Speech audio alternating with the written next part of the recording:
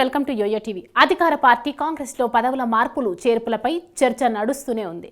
ముఖ్యంగా కొత్త టీపీసీసీ అధ్యక్షుడి నియామకంపై పార్టీ నేతలతో పాటు ప్రజలు ఎంతో ఉత్కంఠగా ఎదురు చూస్తున్నారు. హైకమాండ్ కూడా చర్చలు జరిపిన ఓ నిర్ణయానికి రాలేకపోయారు. కానీ తాజాగా అధ్యక్షుడిపై నిర్ణయం తీసుకున్నారనే ప్రచారం జోరందుకుంది.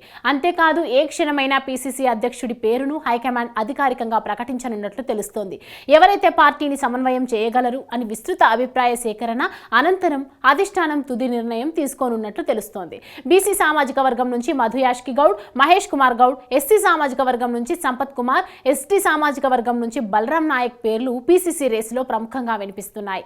ఓ దశలో మహేష్ కుమార్ గౌడ్ పేరు ఖరారైందని ప్రచారం జరిగింది. ఆ తర్వాత బలరాం నాయక్ వైపు అధిష్టానం మొగ్గు చూపిందని ఢిల్లీ వర్గాల్లో చర్చ జరిగింది. రేవంత్ విదేశీ పర్యటన ముగించుకొని తిరిగి వచ్చాక మరోసారి అధిష్టానంతో భేటీ అయ్యారు. పీసీసీ పగ్గాలు ఎవరికి అప్పగించాలనే విషయంపై రేవంత్ అభిప్రాయాన్ని హైకమాండ్ కోరగా ఎవరిని నియమించినా తనకెలాంటి అభ్యంతరం లేదని చెప్పినట్లు సమాచారం.